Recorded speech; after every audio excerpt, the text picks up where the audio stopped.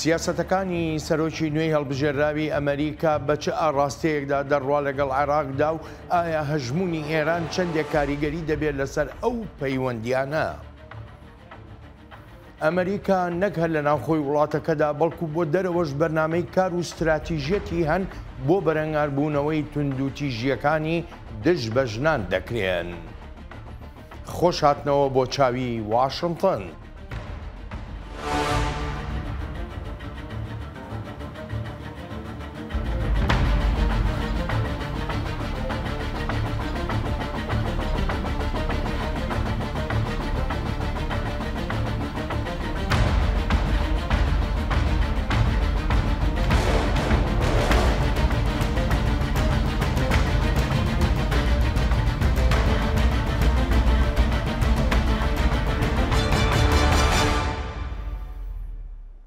دانالد ترامپ سەرۆکی هەڵبژێراوی ئەمریکا لە ناوچەی پاڵم بیچ لە ئەستانی فلۆریدا لەگەڵ سکرتێری گشتی هاوپەیمانێتی ناتۆدا کۆ دەبێتەوە بە پێی لێدوانی وتەبێژێکی ئەم هاوپەیمانێتیەی ئەمبەر و ئەوبەری ئۆقیانوسی ئەتڵانتی. فەرەح دەخلەڵڵا وتەبێژی هاوپەیمانێتی ناتۆ لە لێدوانەکەیدا دەڵێ دانالد ترامپ و مارک ڕۆتێ ژمارەیە لە بابەتە ئاسایشیەکانی جیهانیان باس کردووە کە پەیوەندیان بە ناتۆ هەیە. سکرتێری گشتی ناتۆ پێشتر سەرۆکوەزیری وڵاتی هۆڵەندا بوو و بە گشتیش وهای لێدەڕوانرێ کە یەکێکە لە باشترین ڕێبەرەکانی ئەوروپا بۆ ئەو پەیوەندیە دۆستانەی لەگەڵ کۆشکی سپیدا هەی بووە لە خولی یەکەمی سەرۆکایەتیەکەی دانالد ترامپدا. پێشتر ناتۆ وەڵامی هیچ پرسیارێکی نەدایەوە سەبارەت بە سەردانەکەی سکرتێری گشتی ناتۆ بۆ ستانی فلۆریدا. جۆ بایدن سەرۆکی ئەمریکا و جل بایدن خانمی یەکەم لە کۆشکی سپی میوانداری خوانێکی ئێوانەیان کرد. ئەم میوانداریە هاوکاتە لەگەڵ هەر وادێ و نزیکبوونەوەی وادەی دەستبەرداربوونی بایدن لە پۆستی سەرۆکی ئەمریکا بۆ دانالد ترامپ کە بڕیارە لە مانگی یەکی 2025دا ئاڵوگۆڕی دەسەڵات بکرێ.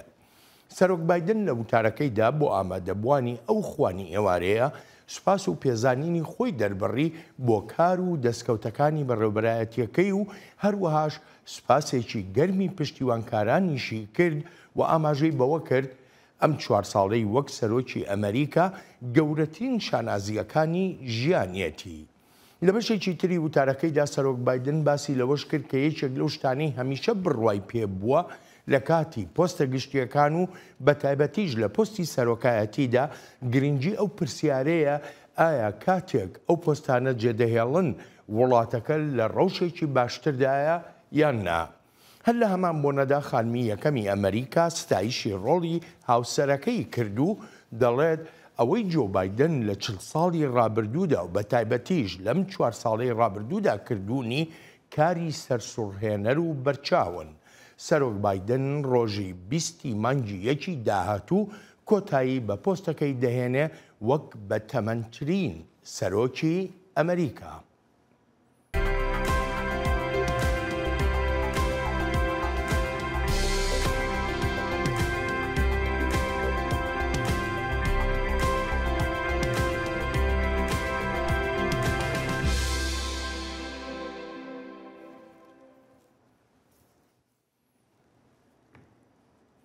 لەگەڵ گۆڕانی بەڕێوەبەرایەتی ئەمریکادا بێگومان سیاسەتی دەرەوەی ئەم وڵاتە زلهێزەی جیهانیش دەگۆڕێ.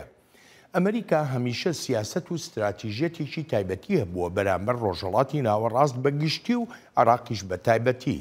بەڵام ئایا بۆ لەمە دووە بۆ لە نێوەندی ململانیەکان لەگەڵ چین، قەیرانی ئۆکراین، کێشەکانی تری جیهانیشدا ئایا دانالد ترامپ 47مین سەرۆکی ئەمریکا چ جۆرە سیاسەت یان استراتیژیەتێک لەگەڵ عێراقدا بەکار دەهێنێ؟ ئەم پرسیارە ڕوبەڕووی وەزارەتی دەرەوەی ئەمریکا کرا.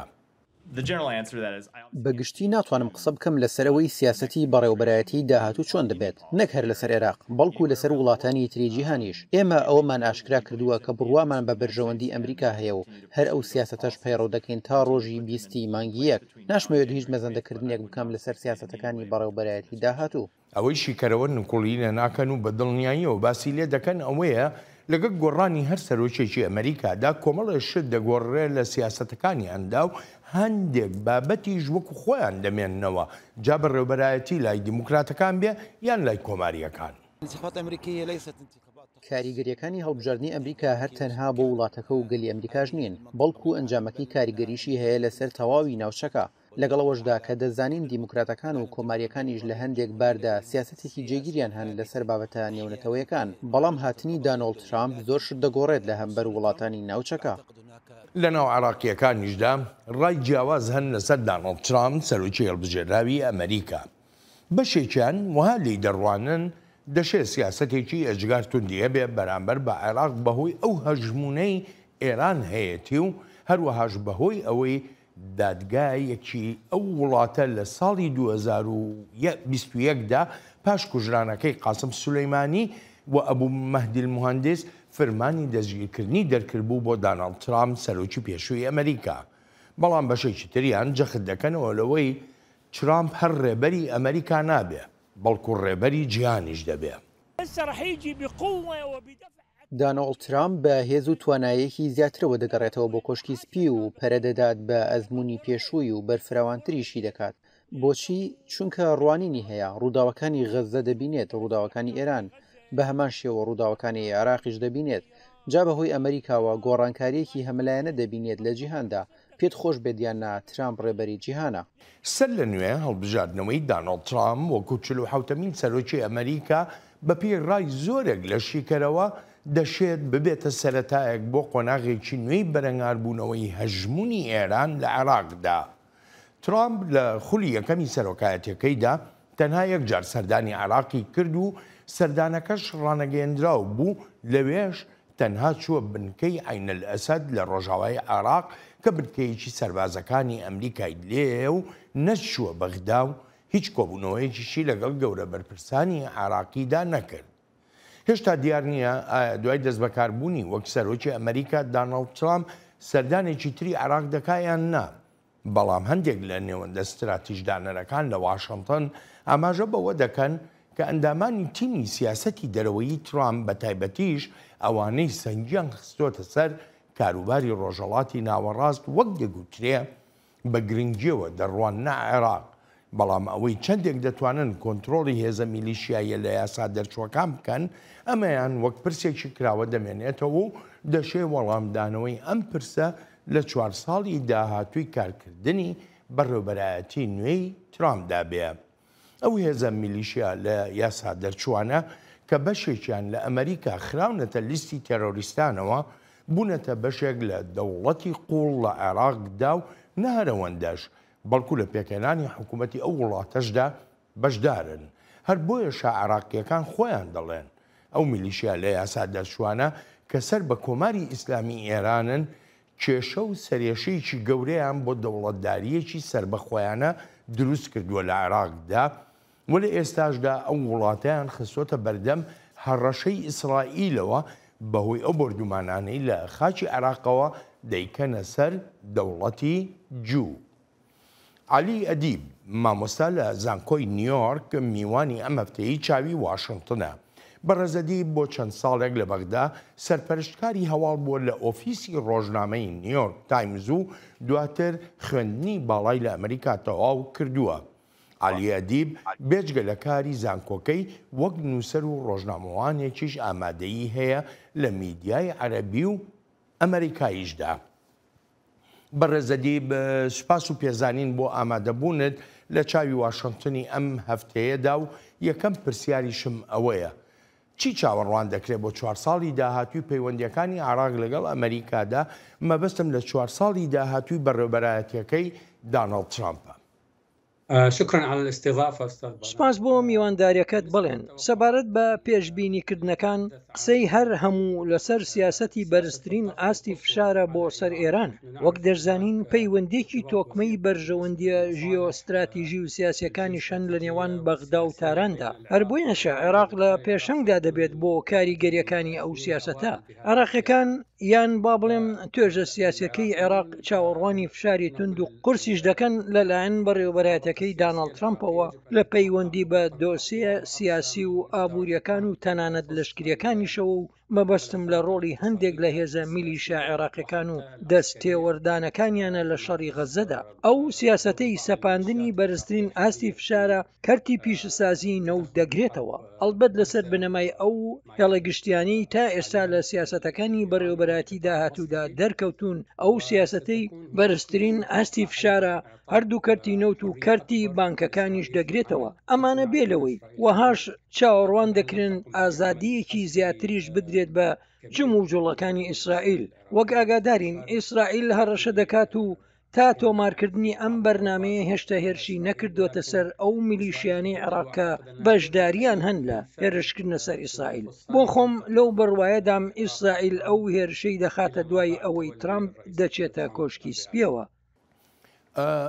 بەڕێزەدی ئەو سیاسەتی بەرزترین ئاستی فشارە بۆ سەر کۆماری ئیسلامی ئێران دەکرێت وهالێک بدرێتەوە کە لە هەمان کادا دەبێتە بەشێک لەو هەوڵانەی کە ئەمریکا دەیدا بۆ کەمکردنەوەی هەژمونی ئێران لە عێراقدا. بالتأكيد بەدڵنیاییەوە بڵێن بەدڵنیاییەوە ئەمریکا و هەروەها بە دیاریکراوی ترامپ بە ئاشکرایی ڕەخنەگر بوون لە لێکەوتەکانی هێرشەکەی ساڵی 2023 و ترامپ هەمیشەش دەڵێت عێراق درایە دەست ئێران پاش ئەوەی بە ملیاران دۆلارمان لە وڵاتەدا خەرج کردووە و سەربازەکانمان کردە قوربانی و دوای ئەو هەموو زیانە سیاسی و ئابووری و لەشکریانی ئەمریکا عێراق بۆتە ناوچەیەکی هەژمونی ئێران. جا ئەوەی ترامپ دەیەوێت بیکات گەڕانەوەی عێراقە بەلای ئەمریکادا نەک لەژێر هەژمونی ئێراندا بێت. پێم وایە ئەوە مافی ئەمریکایە، چونکە ئەمریکا ئەم ڕەوشەی عێراقی هێناوەتە ئاراوە لە ساڵی 2023 تا ئێستا. بڵێ لاوەزکردنی هەژمونی ئێران لە عێراقدا یەکێکە لە ئامانجەکان و لەوانەشە دەرفەت بدرێتە ئیسرائیل بۆ بەکارهێنانی هەمان سیناریۆی لاوازکردنی حیزبوڵڵا لە لوبناندا. لەوانەشە بە ئاستێکی گەورەتر و زیاتریشەوە ناو عێراق بکاتە ئامانج. ئەمریکا لە ناو عێراقدا توانایی هەیە و هاوپەیمانیشی هەن لە نێوەندە سیاسەکانی بەغدا و هەولێر و هەرێمەکانی تریشدا. بەڕای تو عێراقیەکان ئەتوانن یا با بڵێم ئایا نەوێت لەژێر هەژمونی ئێراندا نەمێننەوە؟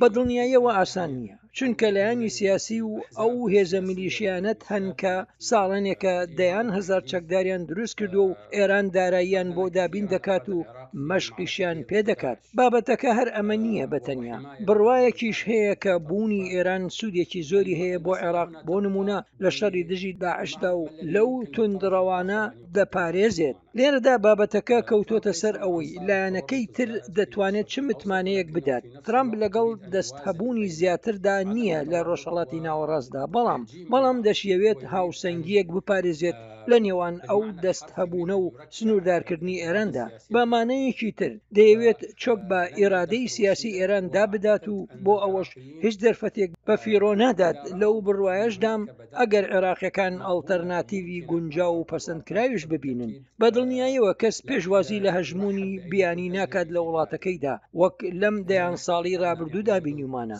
هەژمونی لە ڕادەبەدەری بیانی لە عێراقدا کاریگەری خراپی هەبووە بەسەر ئێرادەی سیاسی عێراقەوە. با پرسیارەکە بە شێوەیەکی کە بکەم، بەغدا دەتوانێت هاوسەنگی خۆی بپارێزێ لە نێوان واشنگتن و تارانە؟ هذه عملية صعبة. ئەمە کارێکی قورسە، بەڵام عێراق دەتوانێت سوود لە بابەتی هاوسەنگی ببینێت. وەڵامی ئەم پرسیارم دەبەستمەوە بە وەڵامی پێشومەوە و دەشڵێم ئەو سوودە بریتە لە بابەتی سربەخۆیەکی زیاترەوە بۆ عێراق. وەک دەزانین عێراق تا ئەندازەیەک ڕۆڵی نێوەندگیری بینیوە، لەوانەیە هەوڵ بدات، دەڵێم هەوڵ بدات، ینی مەرج نییە سەرکەوتوو بێت، هەتا وەک کەناڵێک لە نێوان واشنگتن و تاراندا بمێنێتەوە.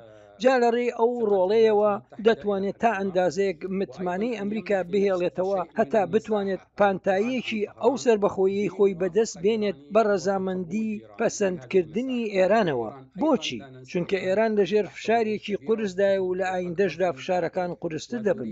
هەر بۆیە لە ناوچەکەدا لایەنی پێویستە تا لە ڕووی سیاسیەوە یارمەتی بدرێت، واتە هەر تەنها هەندێک لایەنی کەندا و بەس نییە، بەڵکو پێویستی بە عێراقە، چونکە دەتوانێت ڕۆڵ کۆنتترۆلی ئەو نێوەنگیریە بگێڕێت و پەیامەکان بگوازێتەوە. پێم وایە ئەمەش لە بەرژەوەندی بەغدا دەبێت. بەڕێز عەلی باس لە سربەخۆیی عێراق کرد و سربەخۆیی بڕیاردان لە عێراقدا. ئێران نایەڵێ عێراق وڵاتێکی سربەخۆ بێ یا عێراقیەکان خۆیانن کە نانەوێت سربەخۆ بن. أنا لا أقول العراقيين من ناڵێم عێراقیەکان وەک گەل بەگشتی، بەڵکو دەڵێم ئەوە ئێران و ئەوانەی سەر بە ئێرانن سەر بەخۆیی عێراقیان ناوێت. بەڵێ هەندێک سەرکردەی لایەنەکان هەن هاوڕان لەگەڵ ئێراندا، چونکە دەزانن ئەگەر وەها نەکەن ئەوە هەژمونی خۆیان لە ناوچەکانی عێراقدا لە دەست دەدەن. مەخابن بەشێک لە هاوڵاتیانی ئاسایی و ئەوانش کە لەگەڵ ئەو لایەنانەدان بڕوایان بە پرۆپاگەندەی سیاسی ئەو لایەنانە هەیە کە دەڵێن ئێران متمانەی ئاسایشی و سەقامگیریە بۆ عێراق. بڵێ بە پلەی یەکەم ئێران سربەخۆیی ناوێت بۆ بڕیاری سیاسی عێراق، هەندێک لە لایەنە عێراقیەکانیش بە هەمان شێوە. بەڵام هاوڵاتیانی وڵاتەکە بەگشتی دەخوازن سربەخۆیی هەبێت و وڵاتەکە وابەستەی کارنامەی دەرەکی نەبێت. لەو ڕوانگەیەوەی نابێت هاوڵاتیانی عێراقی باجی کارنامەی ئێران بدەن. بەڵام لە بیریشمان نەچێ، یعنی ئەو هێزە میلیشیانی کە جەنابەت ئاماژەی پێدەکەی یعنی بوونەتە بەشێک لە دەوڵەتی عێراق یا حکوومەتی عێراق، لە هەمان کاتیشە بەشێکی گەورن لە دەوڵەتی قوڵ لە عێراقدا چۆن چارەسەر دەکرێت؟ الحل ببساطة هو چارەسەر بە سادەیی بریتە لەوەی کاتێک عێراقیەکان ئەوانەی بەشێکن لە دەوڵەتی قوڵ کە دەبینن بەمانەوەیان لەسەر هەمان هێڵ لەگەڵ ئێراندا بەرژەوەندیەکانیان دەکەوێتە بەرمەترسیەوە، ئەوسا شیانێک بۆ گۆڕانکاری دێتە ئاراوە. لە ئێستادا ئابووری عێراق زیانی بەرکەوتووە بەهۆی ئەو سزایانەی سەپێنراونەتە سەر چەند بانکێک، ئەڵبەت بێ لە قەیرانی دۆلار و ژمارەیەک بابەتی تریش.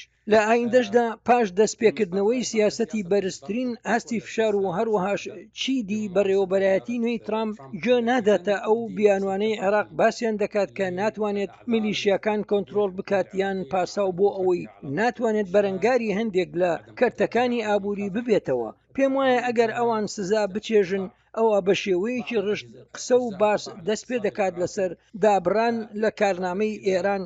جا ئەمە شتێک نییە لە ڕۆژ و دوو ڕۆژدا ڕوو بدات و ئەم بابەتە هەندێک کات دەخایێنێت و هەر هەمووشمان چاوەڕوانین بزانین سیاسەتەکانی ترامپ چ بەرەنجامێکیان دەبێت. وەک دەگوتێت هەر لە یەکەم ڕۆژەوە ڕێبازی ئەو پەڕی فشار بەکاردەهێنێت لە سیاسەتە دەرەوەیەکەیدا، ئەو جۆرە فشارە لە کارنامەی دەرەکیەکەیدا و کاتێکیش ئەو جۆرە فشارە دەماری هەر کەسێک بگرێت ئەوە ناچار دەبێت بە ڕژدی بیر بکاتەوە لە گۆڕانکاری و گەڕانەوە بۆ ڕەوشێکی ئاسایی ژیان.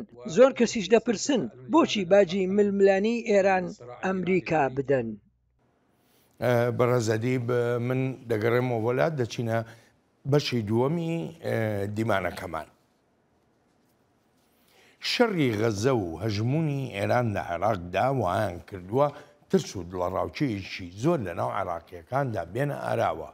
ترس لەوەی عێراق بگلێنە ناو شەڕێکەوە کە پێویستی نییە و دەشزانرێت وڵاتەکە دەبا بەرەو کارەساتێکی گەورەی چاوەڕوان نەکراوەوە.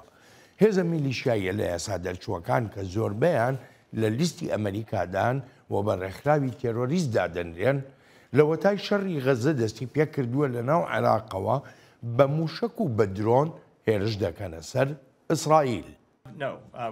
نا بە هیچ شێوەیەک لەگەڵ ئەوەدا نین. ڕێگ لەسەر ئەم بابەتە قسەمان لەگەڵ حکوومەتی عێراقدا کردووە هەتا بۆیان ئاشکرا بکەین کە پێویستە ڕێگە نەدات خاکی وڵاتەکە بەکاربهێنرێت دژی هیچ لایەنێک. ئەوەش لە بەرژەوەندی عێراقدا نییە بخزێنرێت قەیرانێکی ناوچەیەوە. هەر بۆیە پێویستە حکوومەتی عێراق هەنگاوی پێویست بگرێتە بەر و ڕێگری بکات لە ڕێکخراوە تیرۆریستانەی ئەو هێرشانە دەکەن. ئەمریکا ئاگاهی داوە بە عێراق و ئیسرائیلی شەڕەشەی خۆی دەکا ئەگەر بێت و ئەو هێرشانەی هێزە میلیشیایەکانی عێراق دەیکەنە سەر دەوڵەتی جوو ئەوە لێیان دەدا. لە کۆبوونەوەکەیدا لەگەڵ باڵێزەکانی عێراقدا وەزیری دەرەوەی وڵاتەکە داوای چڕکردنەوەی هەوڵە دیپلۆماتیەکان دەکا بەبێ ئەوەی باس لە جموجۆڵی میلیشیاکانی وڵاتەکەی بکات. لەم ڕۆژانەدا و لە سنووری ئەم ناوچەیەدا شەڕ و دژمنایەتی هەن. دژایەتیکردنی گەلی فەڵەستین و گەلی لوبنان هەن و پلانیش هەیە بۆ فراوانکردنی ئەم شەڕانگێزیانە و فراوانکردنی شەڕێش. فراوانکردنی شەڕ بە ئاراستەی وڵاتانی تردا ئەرکی هەمووانە کاری دیبلۆماتی چڕ بکەینەوە و بە پلەی یەکەمیش بۆ ڕێگەگرتن لە هەموو شەڕفرۆشتن و هەڕەشەکردنێکی دژ بە عێراق. عێراقیەکان نەکرد بە موشک و درۆن هێرش دەکەن، بەڵکو لە هەوڵی جوڵاندنی شەقامی عێراقیشدان بۆ دژایەتیکردنی دەوڵەتی جوو هەروەها ئەمریکاش. لە ساڵی 2003دا هێزە سەربازیەکانی هاوپەیمانێتی نێونەتەوەیی بە سەرکردایەتی ئەمریکا ڕژێمە دیکتاتۆریەکەی سەدام حوسێنی ڕووخاند و ئەمەش دەرفەتێکی بێپێشینەی ڕەخسان بۆ ئۆپۆزیسیۆنە عێراقیەکانی ئەوسا تا دەسەڵات لە وڵاتەکەدا بگرنە دەست و ببنە فەرمانڕەوای ئێستا. بڕیاری خۆمان داوە و دەنگی خۆمان بڵندەکەینش بە تاوانەکانی زایۆنیزم و ئەمریکاش، تاوانی کوشتنی منداڵان و ژنان و خەڵکی بەتەمەن و وێرانکردنی ژێرخان و سووتاندنی درەفەکان. هەر چێک خاپور بکرێت وێرانیان کردووە، هەر بۆیە بە فەرمانی سەید موختار ئەڵسەدر خوا بیپارێزێت دەنگمان بڵند کردووە. هەر چۆنە بێ شیکەرەوە لەشکریەکان لە ئەمریکا لەو بڕوایەدا نین سیاسەتەکانی دانەڵد ترامپ سەرۆکی هەڵبژێراوی ئەمریکا بەو ئەندازەیە تند بن بگاتە ئاستی بەرەنگاربوونەوە و دەشڵێن جیاوازی دەبێت لە نێوان سیاسەتەکانی بەڕێوەبەرایەتی جۆ بایدن و دانەڵد ترامپدا. پێم وایە جیاوازی سەرەکی لە نێوانیاندا بابەتی وریاییە لە دەستێوەردان لە قەیرانە دەرەوەیەکاندا. ئەمەشمان بە تەواوەتی لە گوتارەکانی دانەڵد ترامپ و هەروەها JD ڤانسدا بینیوە. بێگومان قسە و باز زۆرن لەسەر ئۆکراین و عێراق و سووریا. پێویستە خەڵک ئەوەی لەیاد بێت لەگەڵ ئەوەشدا کە گوتاری ترامپ گوتارێکی توندە، بەڵام کار و بڕیارەکانی لە خولی یەکەمی سەرۆکایەتیەکەیدا سنووردار بوو. تەنها یەک جار هێزی لەشکری بەکارێنا، ئەوەش دژی بنکەیەکی ئاسمانی سووریا بوو. بەڕێزەدی پێ دوای ڕێبەرانی عێراق لەوە تێگەیشتە بن ئەگەر بێت و ئیسرائیل هێرش بکاتە سەر عێراق چ جۆرە کارەساتێک دەکەوێتەوە؟ لەو بڕوایەدام کار بەدەستە فەرمیەکان دەیزانن، بەڵام بەداخەوە هێشتاش سەرکردە میلیشیاکان وەها دەزانن بەو کارانەیان ئیسرائیل سەرقاڵ دەکەن و کاردانەوەی ئیسرائیلیش بەڕژد وەرناگرن. هەرچەندە هەتا ئێستا تەل ئەڤیڤ کاردانەوەی نەبووە، بەڵام دەیبێت لەوانەیشە میلیشیاکان پشتیان بەوە بەست بێت کە دەوڵەتی جوو سەرقاڵی غەزە و لوبنانە یان دووری نێوانیان لە ڕووی جوگرافیاوە. بەڕاستی نازانم چۆنی بیر دەکەنەوە، بەڵام بە دڵنیایەوە هیچ بیرکردنەوەیکی ڕشت نابینم لە لای سەرکردە میلیشیاکاندا لە پەیوەندی بە وەڵامدانەوەی ئیسرائیل. بەڵام ئەو ڕژدێ لە کاری حکوومەتە دەبینی بۆ بەرەنگاربوونەوەی ئەو میلیشیانە یا هەریج نەبێ بۆ ڕاگررتنی ئەو میلیشیانە لەوەی بەردەوام عێراق بخەنە بەرمەترسیەکی ئێجگار گەورەوە. حکوومەتی عێراق خواستی هەیە بۆ کۆنتترۆلکردن، بەڵام کێشەکە لەوەدا نییە ئەو خواستە هەیە یان ڕژدا. نا کێشەکە لە تواناییدایە. حکوومەتی عێراق نەتوانایی و نادەسەڵاتیشی هەیە هەتا بتوانێت کۆنتترۆلی ئەو هێزە میلیشیانە بکات و ڕیان بگرێت بە پێی ئێرادەی خۆی. میلیشیاکان گوێ بە ڕێنمایەکانی حکوومەتی عێراق نادەن، چونکە هەژمونی حکوومەتی عێراق بەسەر ئەو هێزانەوە هاوشێوەی هەژمونی حکوومەتی لوبنانە بەسەر حیزبوڵڵاوە. بەناو هەیە بەڵام لە ڕووی کردەیەوە نییە. لەم ماوەی ڕابردوودا هەندێک پەیام هەن نێردراون بۆ بەڕێوەبەرایەتەکەی جۆ بایدن لەسەر ئەم بابەتە و دەڵێن ئێمە نامانەوێت تێوە بگرین لەم شەڕە، بەڵام توانامان نییە ئەو میلیشیانە جڵەو بکەین. ئەو پەیامانە لە بەڕێوەبەرایەتەکەی بایدنیشەوە گواستراونەتەوە بۆ ئیسرائیل. ڕاستەکە بەڕێوەبەرایەتەکەی بایدن تێگەیشتنی خۆی نیشانداوە، بەڵام بە گومانم لەوەی بەڕێوەبەرایەتەکەی ترامپ لە ئایندەدا ئەو جۆرە تێگەیشتنە نیشان بدات. تەنانەت بەر لە ماوەیەک کاتێک شاندێکی عێراقی لە تاران بوو، کاربەدەستانی ئێرانی و تویانە تواناییان نییە بۆ کۆنتترۆلکردنی ئەو میلیشیانە، چونکە ڕێبازی کارکردنی خۆیان هەیە. بێگومان ئەوەش شتێکە جێی باوەڕ نییە. هەر بۆیە دەڵێم ئەم بابەتە لە خواستدا سنووردار نییە، بەڵکو ئەوەیە کە حکوومەتی عێراق ناتوانێت بیکات. ئەماژە بۆ کرد کە دەڵێ حکوومەتی عێراقی توانایی نییە، بەڵام هەر حکوومەتی عێراقیە زانراویشە لە ژێر فشاری هێزە میلیشیاییەکان و لەوانەشە لە ژێر فشاری ئێرانیەکاندا داوای کشانەوەی تەواوەتی هێزەکانی هاوپەیمانان دەکەن. ئەگەر هاوپەیمانانی ئەڵبەت مەبەستم بە ئەوەیە کە بەسەرکردایەتی ئەمریکان ئەگەر بێت و هێزە سەربازیەکانی هاوپەیمانان بەسەرکردایەتی ئەمریکا لە عێراقدا بکشێتەوە، ئەگەر بێت و هێزە سەربازیەکانی ئەمریکا بکشێنەوە، ئیدی توانایی حکوومەتی عێراق لە چیدا دەمێنێتەوە؟ ئەم خواستە بۆ کشانەوە بەهۆی فشاری هاوپەیمانەکانی حکومەتی عێراقەوەیە، واتە لایەنە ئاینیەکان، لایەنە ئیسلامیەکانی سەر بە تارانن. دوای کشانەوە لەوانەیە حکومەتی عێراق گرێوی خۆی لەسەر ئەو ڕۆڵی نێوەنگیریە بکات لە نێوان واشنگتن و تاراندا، ینی ڕۆڵێکی ئایندەیی سیاسی دەبێت ئەگەر بەغدا بەباشی ئەو ڕۆڵە بگێڕێت و حکومەتەکەی بەڕێز سوودانی بزانێت چۆن ئەو کارتە بەکار بێنێت. پێشوازی داناڵد ترامپ لە پەیوەندیە تەلەفۆنیەکەی بەڕێز سوودانی و قسەکردن لەسەر هیواکان بۆ پەیوەندیەکی باشتر. ئەمە ئەو بیرکردنەوەی هێناوەتە ئاراوە کە وەک دەگوترێت ترامپ دەخوازێت عێراق ڕۆڵگەڕێکی سربەخۆ بێت لە ئایندەدا. هەر بۆیە لەو ڕوانگەیەوە ئەگەر بەغدا هەنگاوێک بنێت بۆ دوورکەوتنەوە لە تاران، ئەوە دەشێت ترامپ لە ڕووی سیاسی و هەروەها لە ڕووی ئابووریشەوە یارمەتی عێراق بدات. لە ڕووی لەشکریشەوە وەک دەزانین بوونی ئەمریکا لەوێ کەمترە لەوەی چاوەڕوان دەکرێت. ئەمەش کاریگەریەکی ئەو تۆی نابێت، چونکە هاوکێشە سیاسەکە لە ئایندەدا ڕۆڵە گەورەکە دەبینێت لە سەربەخۆیی بەغدا و لەو مانۆڕەی لەگەڵ تاراندا دەیکات بۆ کەمکردنەوەی هەژمونی ئێران لە بەغدا و لە عێراقی. لەماوەی ڕابردوودا وتاری نووسەرێکی عێراقیم خوێندەوە ئاماژە بە ئایندەی عێراقەکە بە تایبەتی لە سەروەختی داناڵد ترامپدا ئاماژە بە ژمارەی فاکتەر دەکا وەکو جەنابیشت بە هەمان شێوە ئاماژە و پێکرد. یەکەمیان ڕۆڵی ئێرانە، ڕۆڵی میلیشیاکانە. خاڵێکی تر زۆر گرنگە کە باسی دەکا سربەخۆیی ئابووری وڵاتی عێراقە. عێراق دەتوانێت لە ڕووی ئابووریەوە سربەخۆیی خۆی بپارێزێ؟ لەو بەڕوایەدام بەبێ فشاری ئەمریکا عێراق ناتوانێت سربەخۆیی ئابووری بەدەستبێنێت. ئێران لە زۆر ڕێگەوە وەک بانکەکان و کۆمپانیەکان و بەرژەوەندی ئابووریەوە دزەی کردوتە ناو عێراقەوە و میلیشیاکان لە ژێر ناوی بازرگانی و ئەو شتانەدا کارنامەی ئێران پەردەپۆش دەکەن. هەر بوویە بە بێ بوونی ئەو سیاسەتەی ئەو پەڕی فشاری کە باسی دەکەین و لێکەوتە و کاریگەریەکانی ئەو سزایانە، عێراق توانایی نابێت لە ڕووی ئابووریەوە سربەخۆ بێت. وەک دەزانین بەهۆی هەروادێ و زیاتربوونی ئەو هەژمونەی ئێرانەوە، ئێرادەی سیاسی لە عێراقدا بۆ ئەو سربەخۆیە کەمتر بووتەوە. ئیتر چاوەڕوانی ئەوەین تا بزانین سیاسەتە ئابووریەکانی ترامپ چی لێ دەستەبەر دەکرێت کە لەوانەیە وەزارەتی خەزێنی ئەمریکا سزایتر بسەپێنێت بەسەر کۆمپانیای تری عێراقدا. جا لەوانەیە ئەمەش وەها بکات حکومەتی عێراق بێرانە هەنگاو بنێت بۆ دوورخستنەوەی لە ئێران. بەڕێزەدی بە دوا پرسیارم. لە ساڵی 2023 کاتێک هێزەکانی هاوپەیمانان بە سەرکردایەتی ئەمریکا ڕژێمی دیکتاتۆری عێراقیان ڕووخان و ئەم سیستمەی فەرمانڕەوایەتی کە ئێستا هەیە ئەمە هاتە ئاراوە.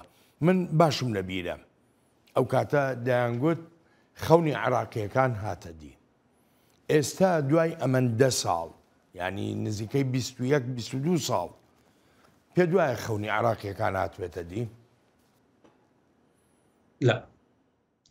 نەخێر، خەونی عێراقیەکان ئەوە بوو کە وڵاتەکە دەوڵەتێکی هاوچەرخانە بێت، بە پلەی یەکەم دەوڵەتی هاوڵاتی بێت، نەک دەوڵەتی نەژادی و ئاینزایی و ئاینی بێت. دەوڵەتێک بێت کە گەشەکردن و کاری هەمووان بێت. هەموو عێراقیەکان پاش چەندان ساڵی شەڕە بێهودەکان و گەمارۆ قورسەکان چاوەڕوانی ئەوە بوون عێراق لە پێگە شایستەکەی خۆی دابوایە لە ناو وڵاتانی ناوچەکەدا. جا ئەگەر سەیرێکی هەر یەکێک لەو بابەتانە بکەین، نابینین هیچ هاوڵاتیەکی عێراقی هەست بە گەشەکردنێک بکات، بەڵکو لە مەینەتی قەیرانەکاندا دەژی. ناسنامەی نیشتیمانی بزر بووە. زۆر بەداخەوە هەموو هەڵبژاردنەکان لەسەر بنەمای ئاینزایی و نەژادی دەکرێن. بەداخەوە ئێستا وەها دەڕوانرێتە عێراق کە سەر بە ئێرانە، لە کاتێکدا عێراق گەورەتر و گرنگتریشە و زۆریش لەوە دێرینترە کە سەر بە هیچ لایەنێک بێت. بەڵام بەداخەوە لە نێوەندە سیاسەکاندا وەها لە عێراق دەڕوانرێت کە دەستا یان تاقمێکە لە ڕۆژهەڵاتی ناوەڕاستدا. بەداخەوە سەبارەت بە خەونەکەش بەڵێ هاوڕاتم کە ڕزگاربوون لە دیکتاتۆریەت داوایەکی زۆر گرنگ بوو، داوایەکی قورسیش بووە لە سەر وەختی فەرمانڕەوایەتی سەدام حوسێن و سەرکوتکردنەکانی ڕژێمەکەیدا. جا دەکرا بە شێوەیەکی باشتر ئەو گۆڕانکاریە بکرابە، چونکە ئەو هیوایی عێراقیەکان هەیەن بوو زۆر زیاتر بووە لەوەی کە ئێستا هەیە پاش زیاتر لە 20 ساڵ ڕووخاندنی سەدام. بەڕێزەدی سوپاس و پێزانینم بۆ بەشداری لە چاوی واشنگتنی ئەم هەفتەیەدا. زۆر سوپاست دەکەم. عزیزانم ناوبڕێک و دەگەڕێینەوە لاتان.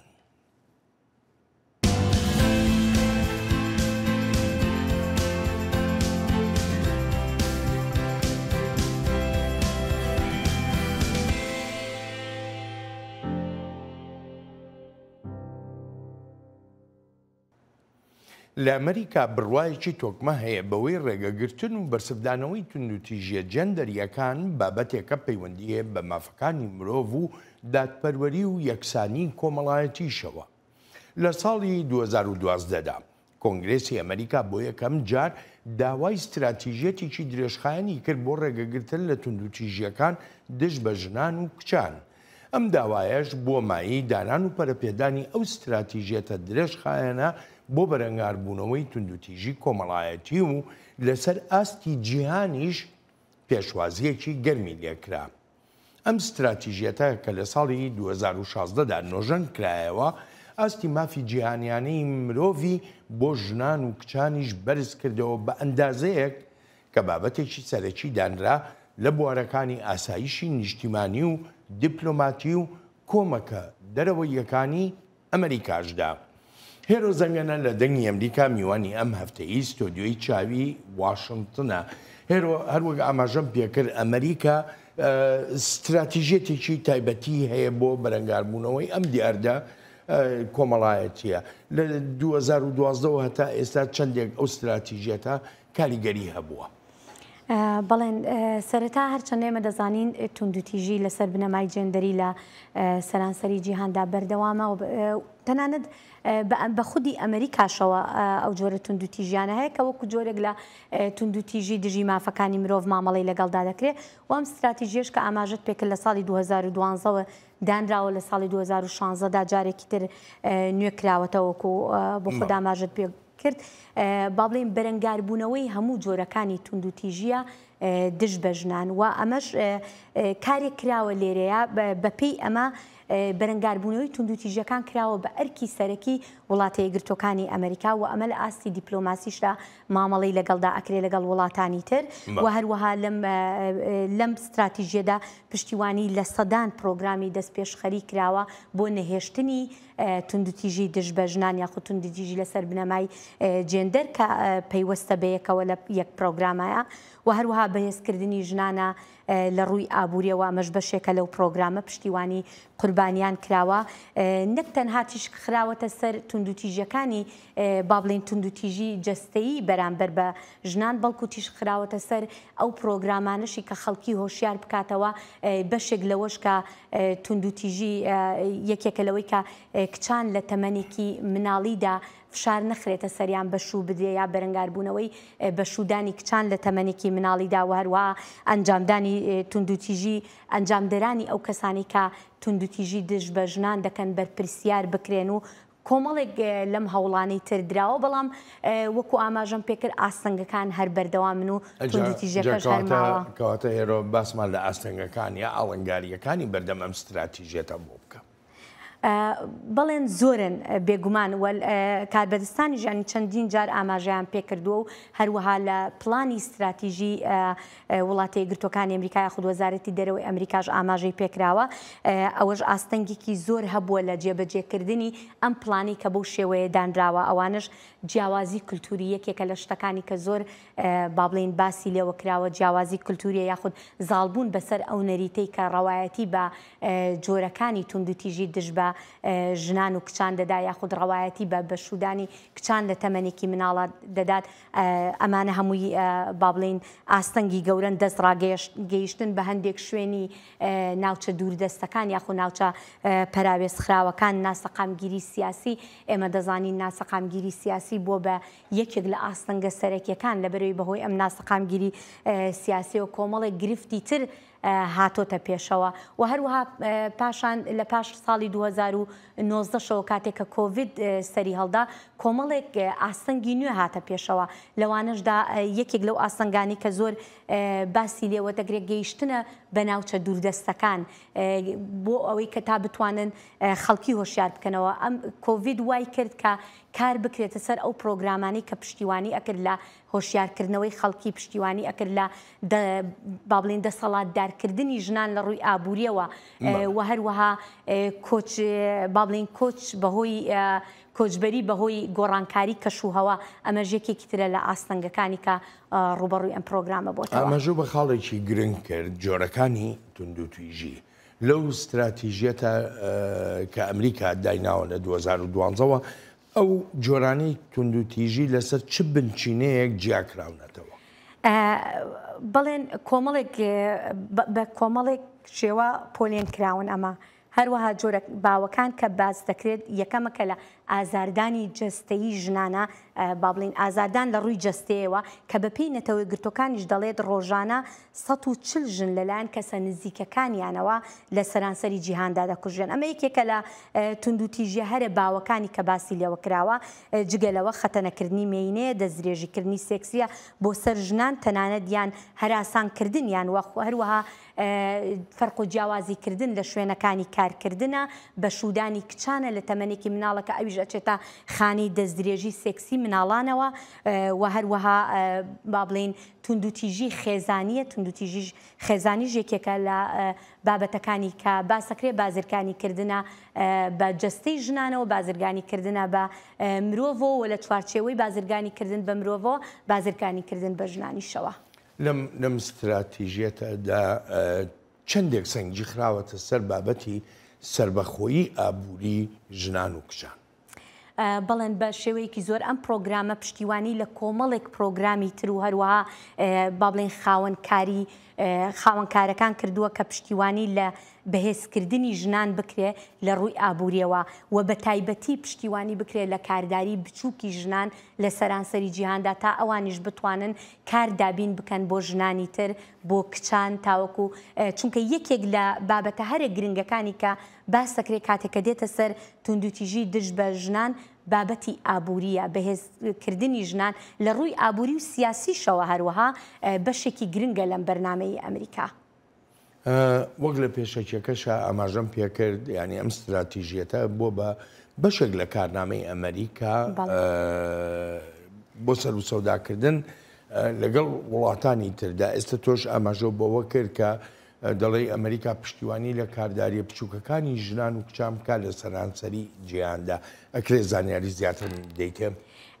بڵێن لە ماوەی 30 ساڵی ڕابردوودا ئەمریکا بە بەردەوامی لە پەیوەندی دیپلۆماسیەکانیدا هەمیشە هەندێک شتی کردووەتە مەرج، ینی هەروەها با بڵێن لەو وڵاتانی کە ئەمریکا تیشکیان دەخاتە سەر وڵاتانی جیهانی سێم بە تایبەتی یەکێک لە شتە سەرەکیەکانی ئەمریکا لەوێ با بڵێن ئەو پرۆگرامانەیە کە ئەمریکا پشتیوانی لێ دەکات. جا ئەو پرۆگرامانش زۆربەی جار لەلایەن حکوومەتەکانەوە دەبێت پشتیوانی بکرێت لەوێ، یاخود ڕێگە بە ئەمریکا بدرێت تاوەکو فۆکس بخاتە سەر ئەم پرۆگرامانە کە ئەوش بەهێزکردنی ژنانە و هەروەها چەندین نێوەندی پشتیوانیکردن لە قوربانیەکانە، بەرنامەکانی ڕاهێنانە لە وڵاتانی دەرەوە با بڵێن کە پشتیوانی لێکا لەلایەن ئەمریکاوە بەڕێوە ئەبرێت ئەو بەرنامانە، بەڵام لە وڵاتانی دەرەوە پشتیوانیەکەن و هەروەها بەهێزکردنی ژنانە وەکو ئاماژەم پێکرد لە ڕووی پەروەردەی و هەروەها لە ڕووی ئابووریشەوە.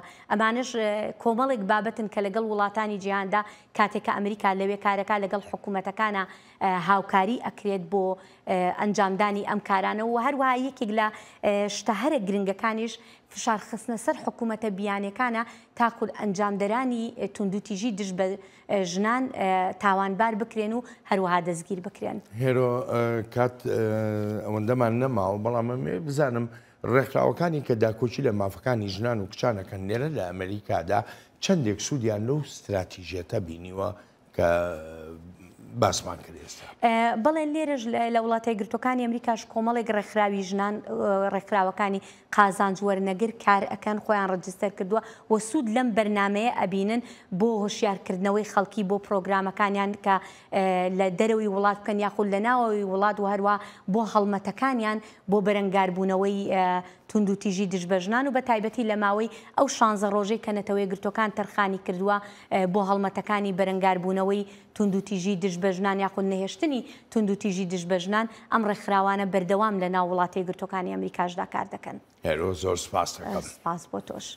ئەڵبەتە ئازیزانم سپاسی بێپایانم بۆ ئێوەی خۆشەویستە کە تا ئێستا لەگەڵماندا بوون تا هەفتەی ئایندە چاوێکی نوێی واشنگتن ڕێز و خۆشەویستی ستافی بەرنامە هەروایی خۆشم بەڵێن ساڵح بەسەند بفەرمونون هەر لە خۆشیە جێتان بێت.